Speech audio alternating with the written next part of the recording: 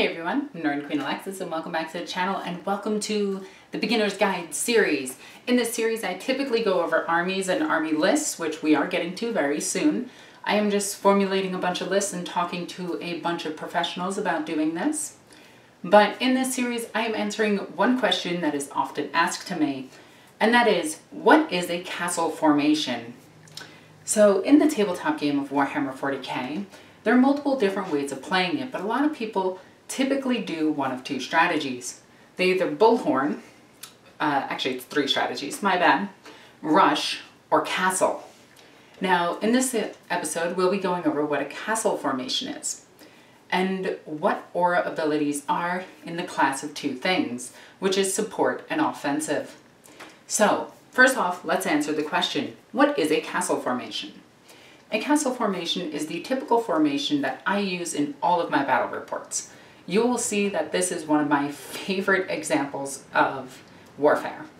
And what it means is you take a captain, a canoness, or a leader type unit with an aura ability, which is an ability that affects the people around it, and build your army around that, stacking aura abilities. You can do things, so there's multiple different types of aura abilities in the game of Warhammer 40k, but typically they fall into two categories, offensive and support. And you may be wondering what I mean by this. Well, something like a captain or a canoness's reroll ones to hit for the respected armies is the mark of an offensive aura ability.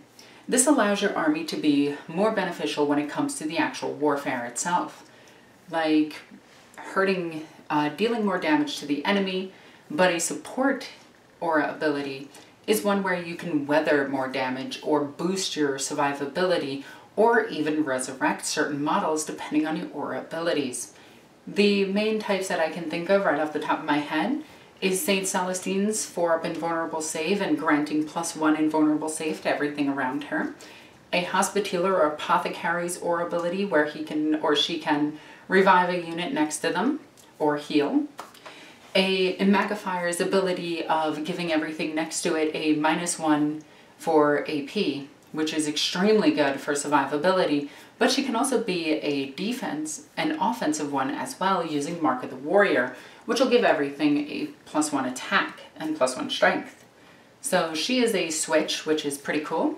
Then we have things like Inquisitors, who give out their abilities of their leadership, which their leadership is typically either 9 or 10. So it's a huge bonus if you're using large armies.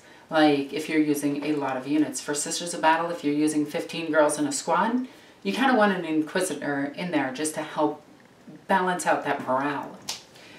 Defensive ones are typically what you build as you move up the board. Offensive ones are what you typically use when you're trying to shoot down your opponent. Examples of that could be, so we're looking at a ton of models that have multiple different aura abilities. We have a Chaplain Dreadnought, we have a Chaplain, we have a Lieutenant, we have a Captain, we have St. Junith, a Canoness, Stand-in Celestine, a Hospitaller, an Inquisitor, and a Magifier in the back.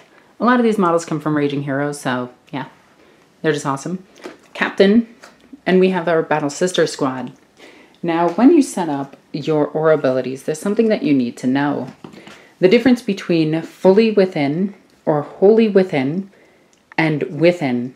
Within just means that you just need a millimeter of its base to be within 6 inches of the captain in order for the entire unit to gain the bonus, where wholly within means that all 5 of these sisters would have to stand within 6 inches of him. Or in this case, let's go with her. She doesn't have this kind of aura ability, but it's sisters. Now, when you build out your army and your castle, what you typically want to do is build a line of models so that your characters cannot get hit. So if you have a 15-woman squad, typically what you do is you round it. So this way you have a nice big place to put all of your characters as well as multiple squads that will support and be offensive for this.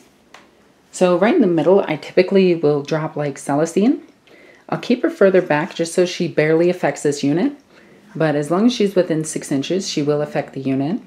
Then I go for some support HQs, or some support abilities, which would be like the Inquisitor, or the Hospitaller. If I was playing Space Marines, for instance, let's just pretend that these sisters are Space Marines. Insert joke about female Space Marines and yada yada garbage. Anyway, typically after deploying your Space Marine intercessors, because you're not playing Tactical Marines because those are garbage, and nobody should ever play them. I've tried. I cannot find a way to make them work. But let's just say you do the same thing. You have multiple squads. You have your big squad in the front that is wrapping the army. One of the first things you want to place is your captain.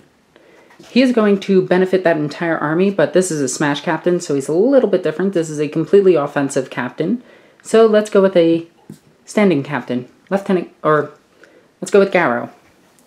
Then from there, you want to place your lieutenant, keeping him nearby, just so he affects all units nearby. You want to drop a bunch of other troops and make sure that these characters are fully surrounded. This way they can't be attacked and they have to get through each of the bodies to get to them. Also, this would work quite well as a counter-offensive.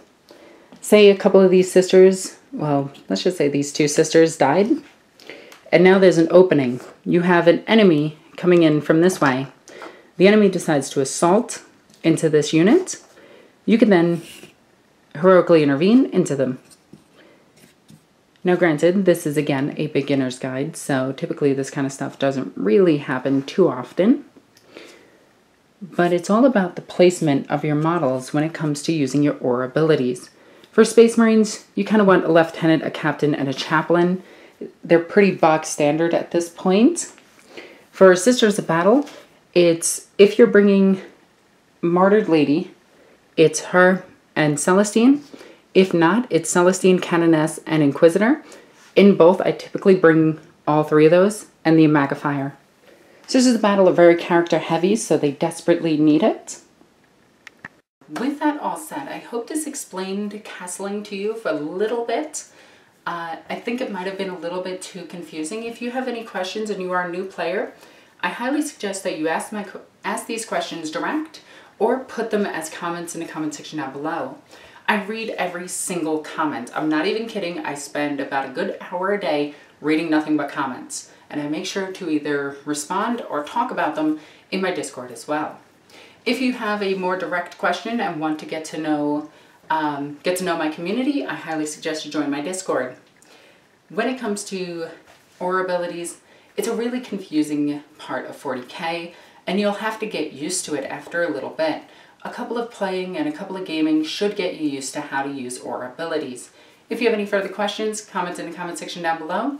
Also, while you're down there, be sure to check out all the links in the description down below. There you can follow me on Twitch, Twitter, Facebook, Instagram, and Patreon. Patreon goes a long way to helping out the channel, especially now that I don't have other work. I'm currently out of a job, and I'm a little tiny bit worried.